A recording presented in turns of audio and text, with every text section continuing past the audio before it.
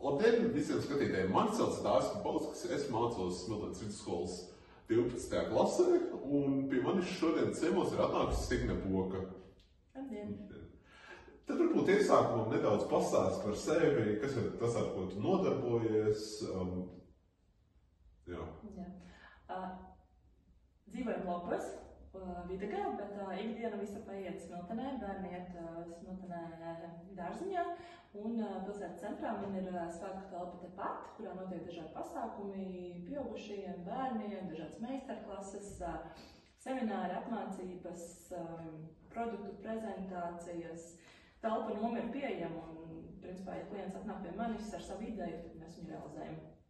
Tad ir ģimenes uzņēmums kravu pārvadājumu jomā, un aktīvi darbojos biedrībā Mēru muižu attīstībai, kas ir labdarības organizācija, vācam ziedojumus, rakstam projektus Mēru muižu atjaunošanai un parka labiekārtošanai. Un tagad galvenais pasākums būs augusta 2. nedēļā uz parka sēka Mēru muižā. Tad jau pēc šāda ievada dodamies pie pirmā jautājuma. Vai jums ir plāna attīstīt jauniešu centrus vai citas vietas, kur jaunieši var pavadīt brīvo laiku?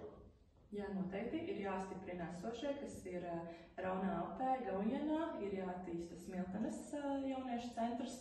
Jāatrod pirmkārtām jauniešu sasaukumam noteikti ir jāatrod šī vieta, kur veidot šo jauniešu centru Smiltenē.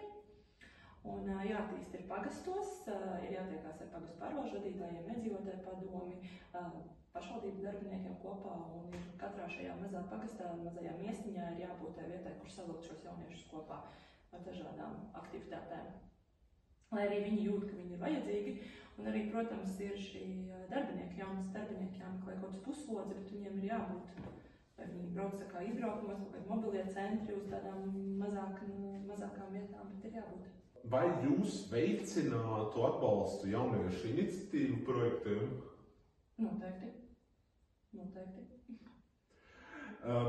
Vai jūs domājat piesaistīt jauniešus lēmumu pieņemšanā, kas saistīti ar viņu interesējošām tēmām?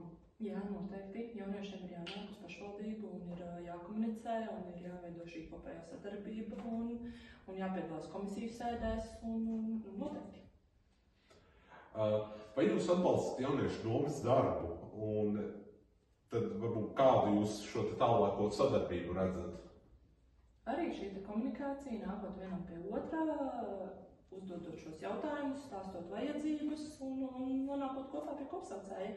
Dažādi varētu būt tie kaut kādi jauniešu fórumi, kuros tiekās jaunieši no visa novada un pašvaldības darbinieki un tādā veidā. Kā jūs plānojat veicināt jauniešu palikšanu vai atgriešanos Smiltenes novadā? Noturēt nevar. Ir jārada tie apstākļi, lai viņi gribētu atgriezties, lai ir šī izglītība, lai ir šī mājokļi, lai ir darba iespējas, prakses iespējas, lai ir tie apstākļi tādi, ka viņi grib dzīvot Smiltenes novadā pēc tam. Es arī aizskrēju, izmācījos uz galvaspilsētu un arī atgriezos atpakaļ Smiltenes novadā. Jo tur bija iespējas. Tad liels paldies par uzmanību, liels paldies par veltīto šo mums laiku, un tad jau raudzīsimies, ko mums nākotne solīs. Paldies!